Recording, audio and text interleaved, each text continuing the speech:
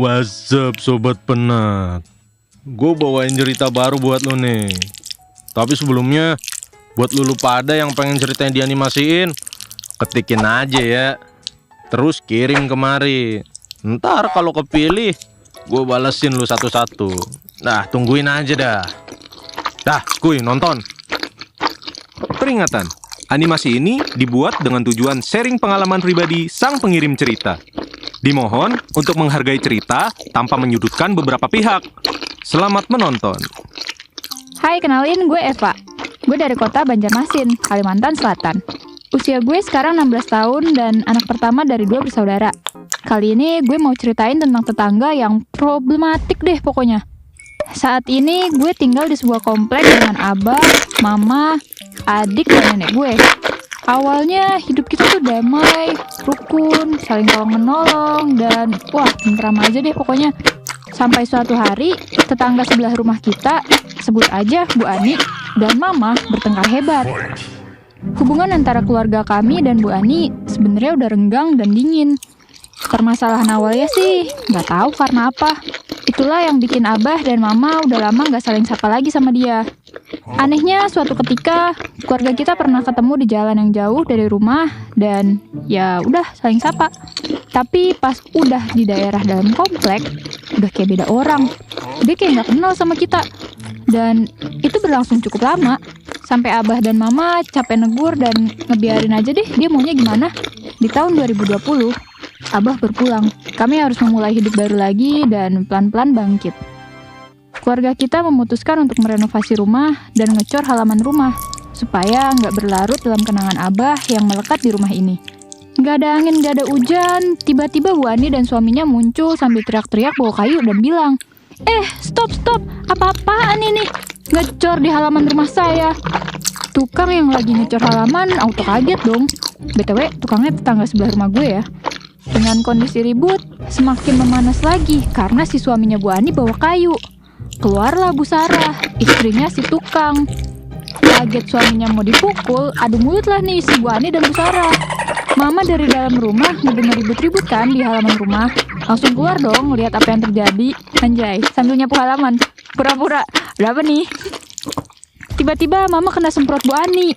Kamu tuh kalau ngecor lihat-lihat dulu. Kamu nggak lihat apa? Ini kawasan tanah rumah saya. Untungnya Mama gue nggak ngelawan dan diem aja. Karena kalau makin disautin makin parah keadaannya. Di situ Mama nangis. Karena habis melerai Bu Sarah dan Bu Ani yang sama-sama bawa kayu mau saling pukul. Gue yang di posisi itu syok banget. Karena sebelumnya nggak pernah ngeliat hal kayak gini. Apalagi Mama sampai nangis.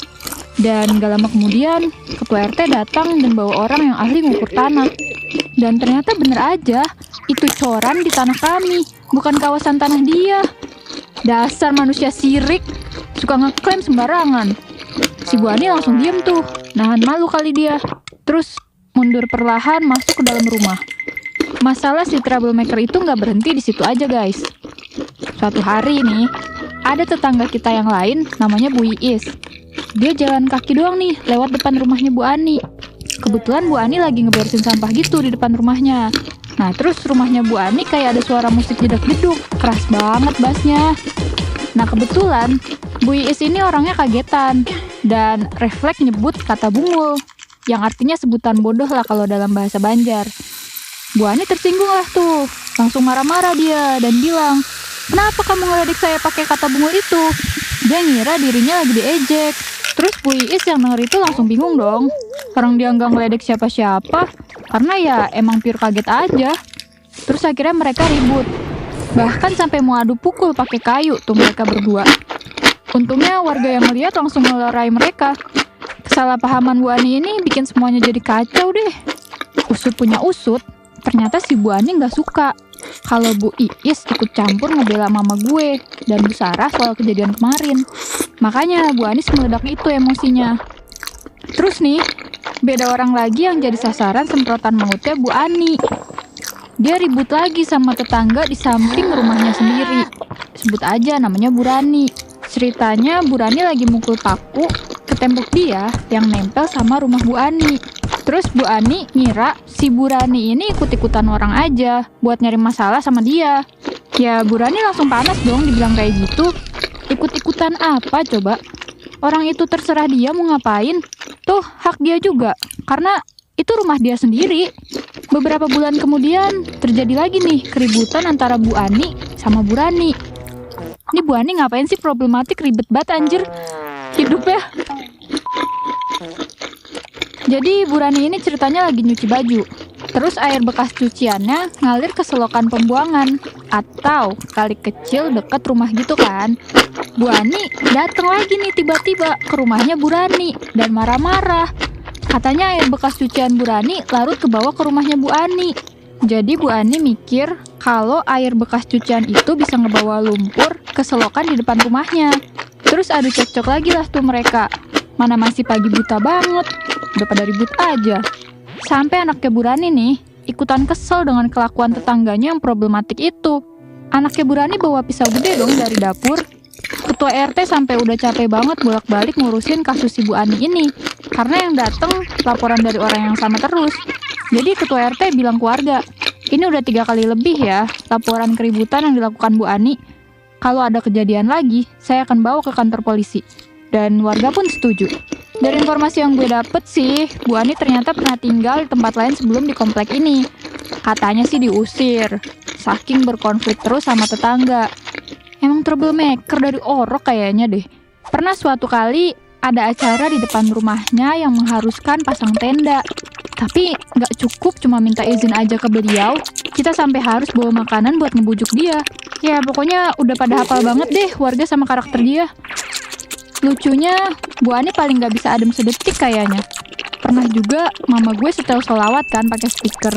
Dan dia langsung nyalain lagu dangdut pakai speaker yang kenceng banget.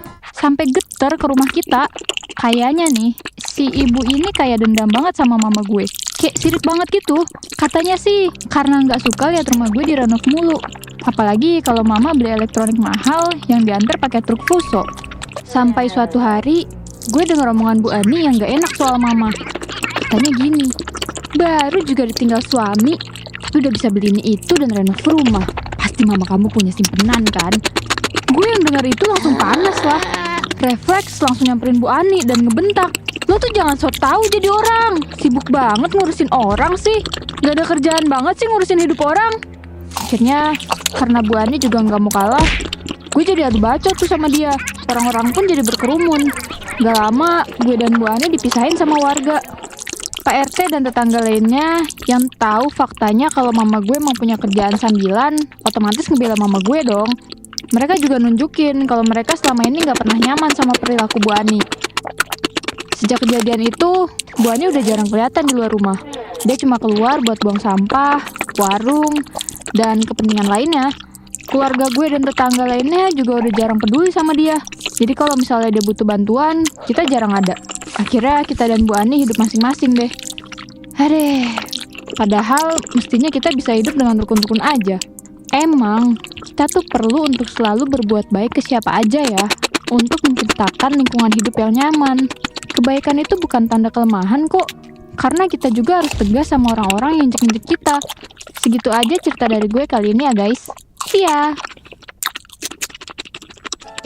Gimana ceritanya? Suka nggak? Kalau lu suka, jangan lupa subscribe ke channel kita ya. Bye!